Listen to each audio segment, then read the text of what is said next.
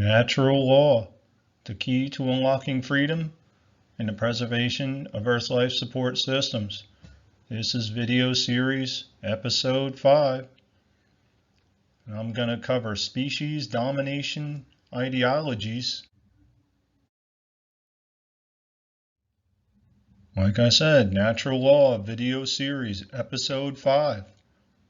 My name is Bill Hoy and my website is willhoy.com.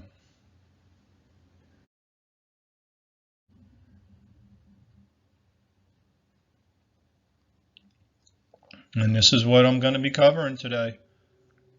Human enslavement of animals and human enslavement of humans. This is from an article of mine that I wrote, and it's on my website, willhoy.com, and it's species domination. And I'll start reading you from the clip in the article here.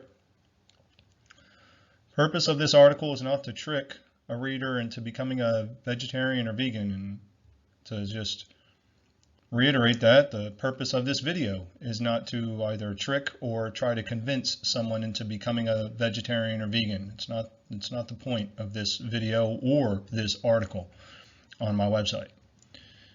The intention is to get the reader to understand that when people practice carnism, especially as a regular practice, the result is dissonant thinking, which leads to behaviors that are not consistent with good intentions. And that's true in most people, okay? People who think they are moral, intend to be peaceful and loving, are not behaving in alignment with these values. This demographic makes up the majority of so-called good people in America and the world. I repeat this throughout my articles because this is the population I'm trying to wake up. The aforementioned inconsistencies in the thoughts to actions process begins with the lack of objective moral knowledge. The dysfunctional cognitive behavioral process is maintained due to a person's belief in the species domination ideology.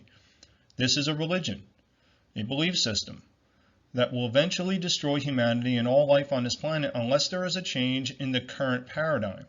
In the meantime, humans will enslave themselves until people are able to understand and reject species domination ideologies.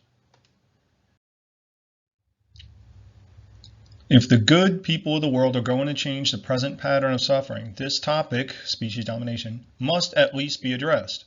Americans and people of the world must be able to, at minimum, objectively look into this topic. Unfortunately, until people get desperate enough, they most likely will not confront this subject. Once again, all terrestrial life on this planet depends on this. This is a fact.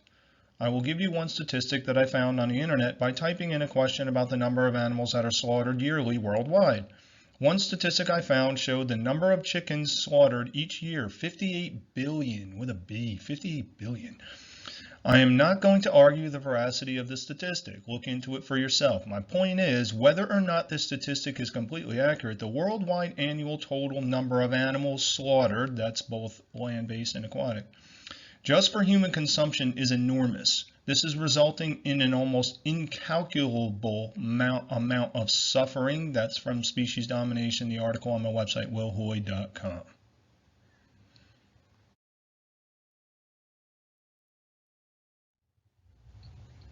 Species domination is a religion. What is a religion? I went over that in episode 3. I'm pretty sure it was episode 3 of my video series. Rigid dogmatic belief system that when people adhere to it, it holds people back from observing and discovering truth. So I got two components here of the species domination religion. Got carnism, meat consumption, and human rulership, government. Both are based in violence, folks. That's what this is violence. That's what these religions are based in, violence. So let's start with first box here, first row, carnism. It is necessary to eat meat. The whole idea that if we humans don't eat meat, we're going to be malnourished, we could get sick. Not a human rulership is the first box. It is necessary to have a human ruling class. The whole idea that without a human ruling class and their enforcers, there would be no rules in society. Now, to the second row, carnism. This type of violence is legitimate. Legitimizing violence.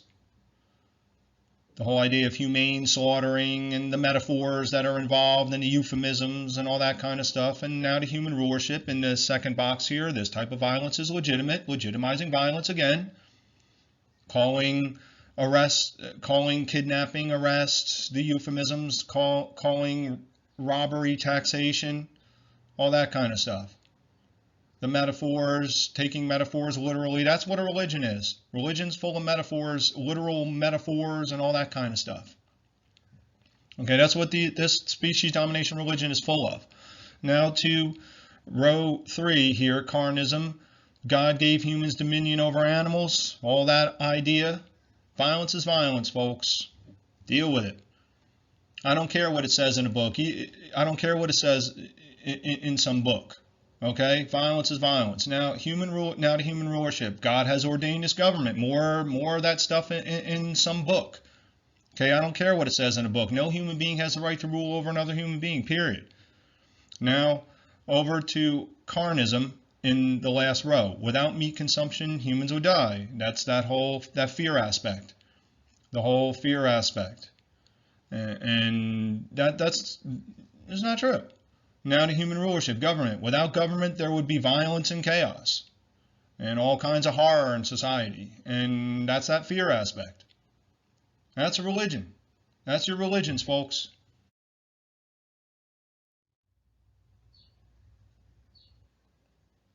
I want to review the non-aggression principle here because this definitely applies to this episode. I'm not going to go through the examples. Just read the main bold print. Do not initiate physical harm to another sentient being. Do not support the initiation of harm to other sentient beings. Do not facilitate the initiation of harm to others.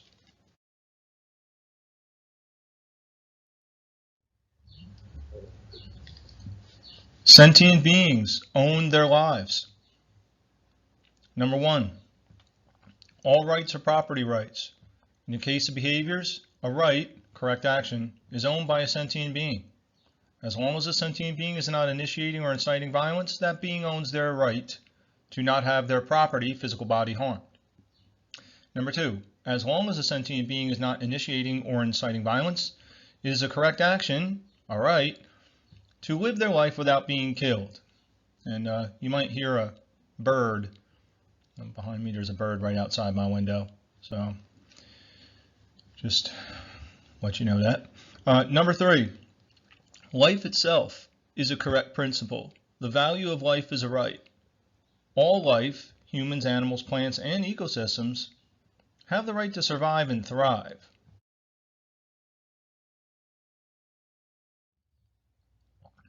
What are the differences between humans and animals? Humans have the capability to access higher intelligence. Animals do not have the acumen to discern right from wrong or solve complex math equations. Next bullet point. Humans are gifted with higher intelligence, and it is our duty to be stewards of children, animals, and planetary ecosystems. It is the duty of humans to protect life, not destroy it. Next bullet point. Animals do eat other animals. However, animals still live within the confines of their environment. Example, lions do not have the capability to create nuclear weapons and launch them at the giraffes. Most animals are plant eaters. So most animals live within the confines of their environment. Because animals like lions don't have the capability to access higher intelligence, they can't create weapons of mass destruction and destroy everything.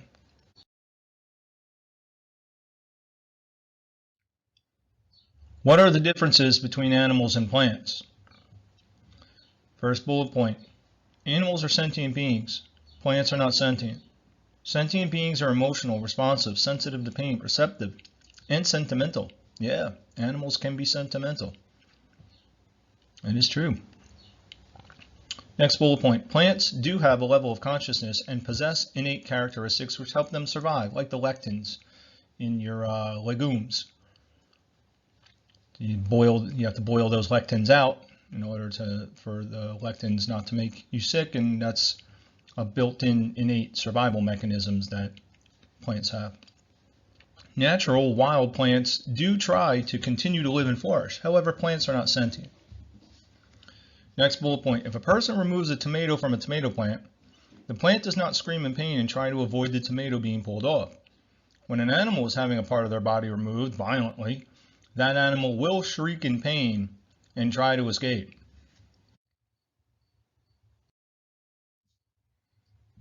Underlying causal factors. What are the underlying causal factors? What is the main underlying causal factor for everything I've been explaining in this species domination video? It's the devaluation of life. Most Americans do not value life, and this is a worldwide thing, but it's very pronounced here in America.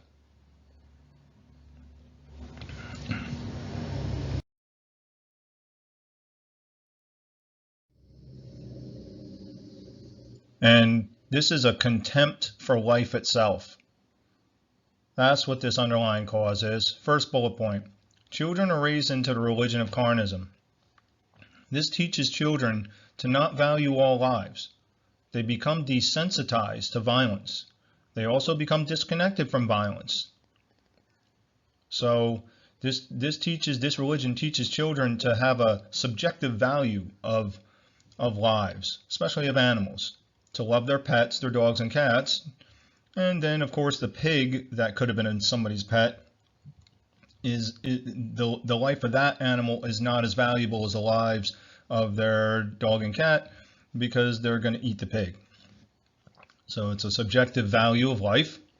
And then they become desensitized to violence. They don't acknowledge that there was violence that caused that pig to be put in their oven, so to speak. And they also become disconnected from the violence. They don't, especially here in Western society, we Americans, we don't witness the violence of killing these animals.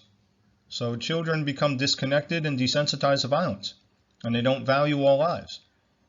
And then this ties in with the next bullet point, going to the next bullet point, children are taught to blindly obey parental figures. This creates a disconnect between actions and results. So when you have children that have subjective values of life, they're desensitized to violence and disconnected from violence, and then they're taught to blindly obey a authority figure. Once again, I want to be clear, I'm not saying that children shouldn't be taught rules and have discipline. What I'm saying is blindly obey. Children being taught to blindly obey parental figures, parents, school teachers, police, politicians. Some examples. And this creates a disconnect between actions and their results. Okay, so you got so many disconnections here. And then, of course, when you have a society that thinks it's a virtue to blindly obey a trusted authority, legitimized parental figure, you're going to get genocides, like what happened in Nazi Germany, Soviet Russia, Chiang Kai-shek and Mao's China, Pol Pot's Cambodia. This is how it works. Underlying causal factors. Next bullet point. The media constantly displays violence on a regular basis. Some media actors attempt to incite violence. Anyone who was paying attention, we saw that. We saw that during the SARS CV-19 stuff. We saw that back during the 9/11 years, post 9/11 years. Media actors actually attempting to incite violence, cheerleading for violence, demonizing people, devaluing people, not valuing all lives. The media is very good at doing this. And the media constantly displays violence. There's always violence on the media. And the news, TV shows, everything, man. It's all violence. Violence, violence, violence. Especially here in America.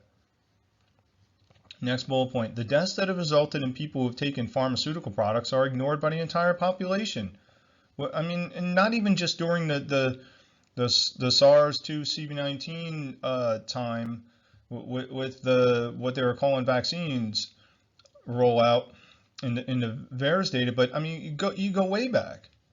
Go back to Vioxx. There's so many instances of pharmaceuticals being rolled out and deaths sometimes in the tens of thousands, hundreds of thousands. AZT, AIDS.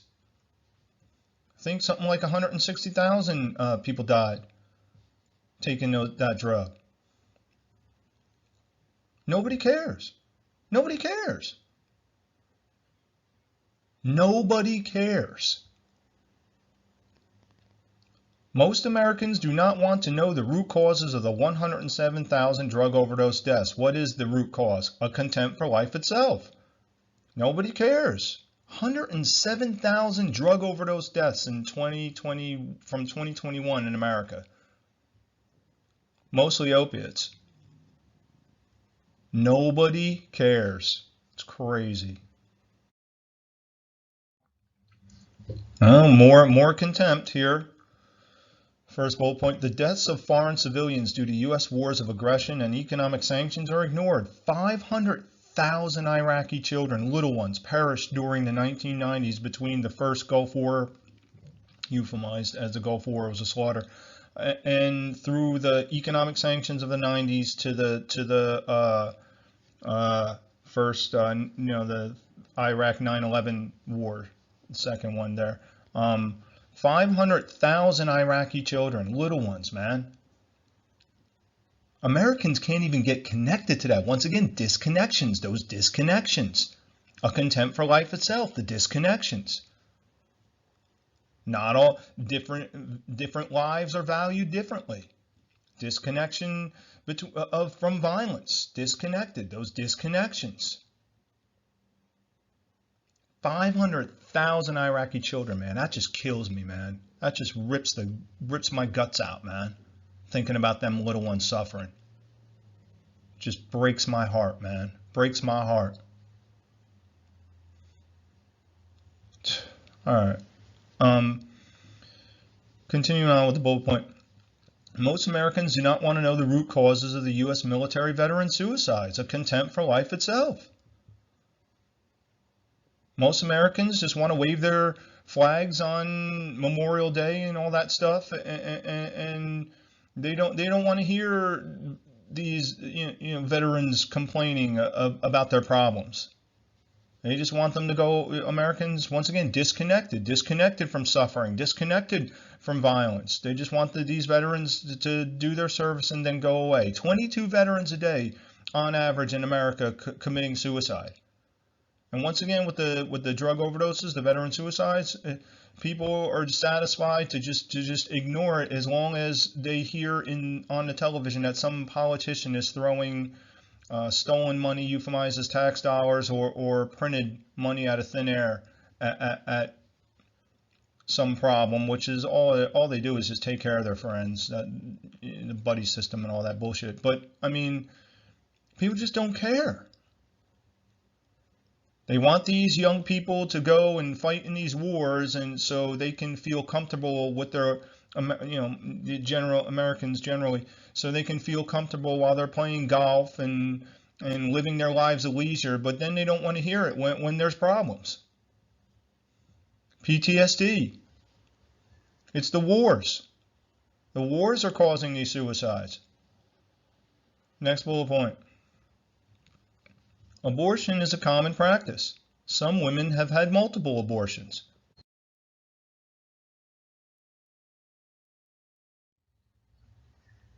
Okay, just want to clear this up. The moment of conception is when creation begins to form a new living being. When humans interfere with this, there are consequences. The consequences are individually based. However, when more and more people terminate new forms of creation, there will be consequences for that society, especially the creation of intelligent species. Doing that intentionally, interfering with that process. Humans should never interfere with creation. However, all people must be able to make unhindered free will choices. The choices humans make will determine the levels of freedom or slavery. So as more people choose to engage in practices that terminate the lives of potential beings, there's consequences for that society. As the society becomes more moral, that society will become more violent, chaotic, and enslaved. But once again, I absolutely think that the laws of creation are clear, that All people must be able to make unhindered free will choices. And if people are going to choose to engage in the practice of abortion, especially ubiquitously and constantly, there's unfortunately going to be consequences. Just for the record, I am not political in any way. I am not a political supporter or opposer of abortion. I want to be clear about that for all you yo-yos out there. Next bullet point. Mass shootings are a common American phenomenon. Mass shooters are immortalized in the media. Television show series are done on the lives of murderers, like the guy John List. There's like a television show about him. I don't even think it's a documentary. I think it's like a dramatized television show. And actually, the television show, I think, kicked off simultaneously right around, the television show was premiered right around the times of the Buffalo and Uvalde mass shootings, and there was a couple more mass shootings in that time frame. These mass shooters are immortalized in the media. I wouldn't give them the time of fucking day. Wouldn't even mention their name. The media showers these individuals with attention. It's disgusting. It's fucking revolting, man. Makes me sick.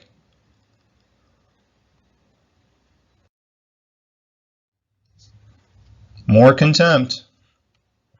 First bullet point. Animal habitats are destroyed routinely. The animals are killed by automobiles. How many bodies do you see on the side of the road, in the middle of the road, just rotting of animals that have been killed by automobiles? And nobody cares. People just keep running them over. Nobody even cares, man. Nobody cares. People just think, well, there's nothing we can do about it. There's things we can do about it. That's beside the out of the context of this lesson, but there's things that can be done about that. Next bullet point. Most people who eat meat are completely disconnected from the suffering that was required to consume the flesh of animals. I talked about that a bit in the first bullet point there, that disconnection from the suffering. People are disconnected from suffering. I touched on that a little bit more with the veteran suicides, 107,000 drug overdose, 500,000 Iraqi children. Disconnected from that suffering. People are just completely disconnected. And that's my clock signaling the top of the hour. Next bullet point. Euphemisms such as pork for pig flesh and beef for cow flesh completely remove the fact that the flesh is from a sentient being. Next bullet point. The whole idea that if some people have to die or become injured in order to maintain health in the majority of society, that is acceptable. Completely disconnected from suffering, from violence, from death. People look at it, oh, more people live and less people die, so that's good. No, that's not. You have to reverse that. You have to reverse that. You have to look at it in the reverse. You have to reverse all these violent indoctrination methods that we've been subjected to here in America especially. We have to look at the reverse.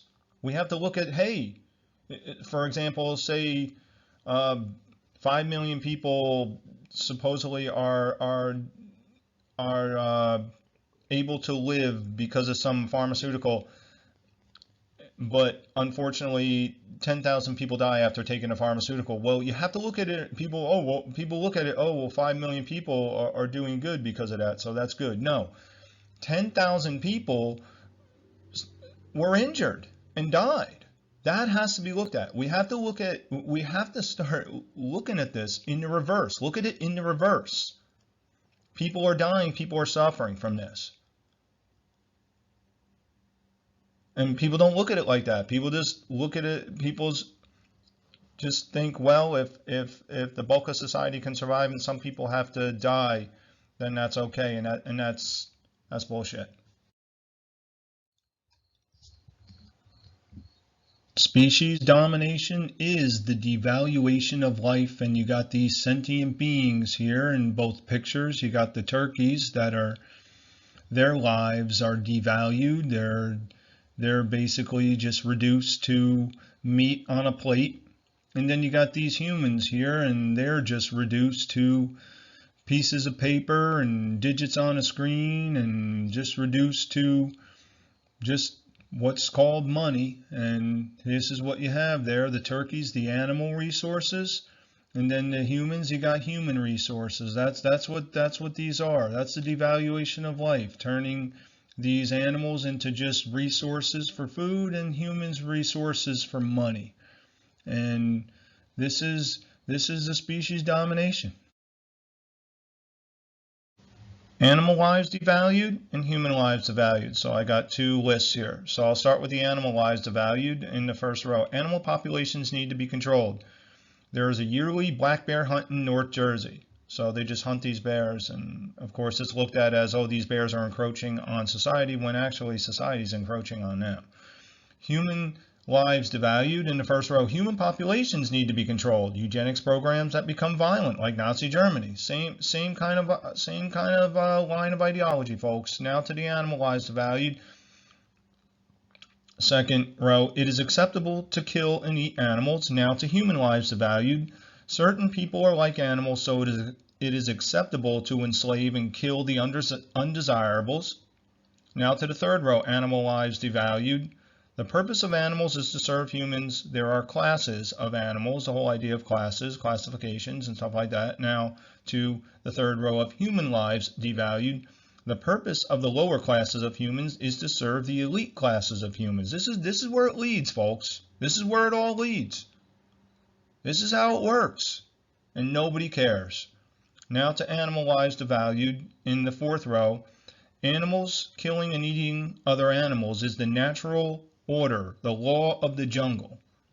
And that's not completely true necessarily, folks. But once again, I've been over that. Animals do not have the capability to access higher intelligence. They don't have the ability to judge right from wrong. Now to human lives devalued in the fourth row. Humans killing other humans is the natural order. And folks, that's not what natural law is. Natural law is not this whole idea of the natural order. Natural law is about laws that govern the universe. And you have in brackets here social Darwinism and Darwinism. Keep in mind, folks, Darwinism, there's two types of Darwinism. There's the Darwinism that's ubiquitous in society, the whole idea of survival of the fittest. So that's the religious side. And then there's the actual true scientific side that evolutionary biologists and evolutionary theorists know and understand. And that is that the whole Darwin's theory, which even Darwin himself admitted that there are weaknesses in it at minimum. Okay. And then, of course, you have scientific materialism. Now, to the last row, animal lives devalued. Renaming the flesh of animals as meat-based food items, calling animals livestock or herds. Human lives devalued. Last row, identifying humans by their ego identifications, jobs they perform, and other things they do. Referring to humans as a herd immunity. Folks, there's a lot of meaning to this.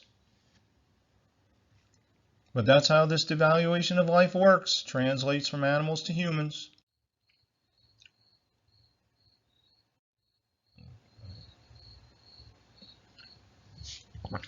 To be clear, I am not suggesting that anyone abruptly quit eating meat. It is not about swearing off meat eating.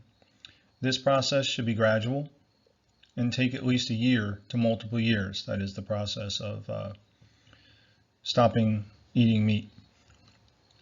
It is important to understand that carnism is immoral no matter what you decide to do. That's a big one. Be aware of your cognitive dissonance no matter what you decide to do. Be aware of the cognitive dissonance that results from that, as far as people who claim to love animals and they love their cats and dogs, but then they eat pigs and cows and stuff like that. That cognitive dissonance, holding two contrasting thoughts. Be aware of your cowardice resulting from eating animals that you would not have the courage to kill and slaughter yourself. Accept responsibility no matter what you decide to do, whether you decide to keep eating meat or trying to maybe slow down on your meat eating, whatever. It's important to know that stuff and be aware of the cowardice, because most people think, oh well, I don't kill the animal, so I'm in good shape. No, you're actually in worse shape, because if you're going to eat animals, you should at least have the courage to kill what you're going to eat.